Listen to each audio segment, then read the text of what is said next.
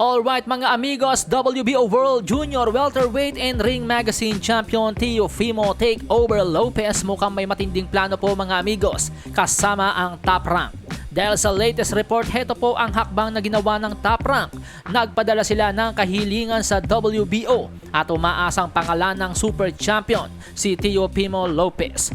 Dahil ang isang Super Champion nga daw po mga amigos ay may mga espesyal na pribilehiyo tulad ng pagiging mandatory challenger sa lower or higher division ng isang kampiyon. Mas mahaba rin ang palugit sa mga mandatory title defense at marami pang iba. So ibig sabihin po mga amigos, sakaling gawing WBO Super Champion si Teofimo Lopez ng WBO sa Junior Welterweight Division, pwede siyang mag-request sa WBO na labanan si Terence Bud Crawford sa Welterweight Division. Dahil sa aking sariling opinion po mga amigos, sa palagay ko hindi po magre-request ang Top Rank sa pagiging Super Champion kung wala naman silang planong malaking laban para kay Teofimo Lopez.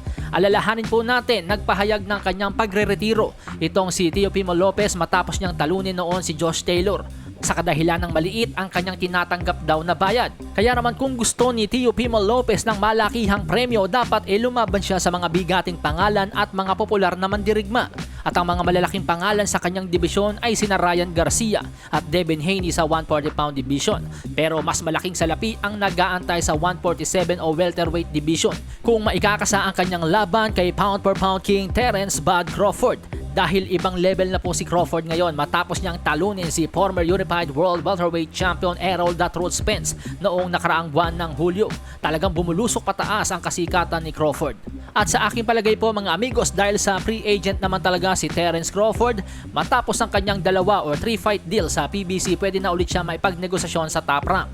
Let's say ngayong Disyembre maglaban si Spence at Crawford para sa kanilang rematch. At alam naman natin napaka one-sided nung una nilang laban, kaya't inaasahan ng karamihan na si Crawford pa rin ang magwawagi sa laban. Kaya naman sa aking palagay, next year, early 2024, kung hindi po magkakasundo agad itong si Jermell Charlo at si Terence Crawford at si Saul Canelo Alvarez sa maikipagtuos kay Terence Crawford, napakagandang option po ng Teofimo Lopez fight para kay Terence Crawford dahil ito po ay isang napakalaking laban din. Dahil si Terence Crawford at Teofimo Lopez po ay pawang mga nasa top 10 ng pound for pound list.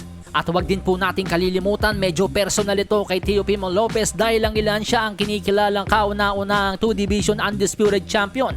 Pero napolitika daw po si Teofimo gawa ng franchise title ng WBC at pagbabakante ng mga titulo ni Josh Taylor noon. Palasahin ang baraha, patunayan mo sa'kin ha. Sino man ang mabunot na kalaban, di ka tatakbo ha. Sa bayan ko sa bayan.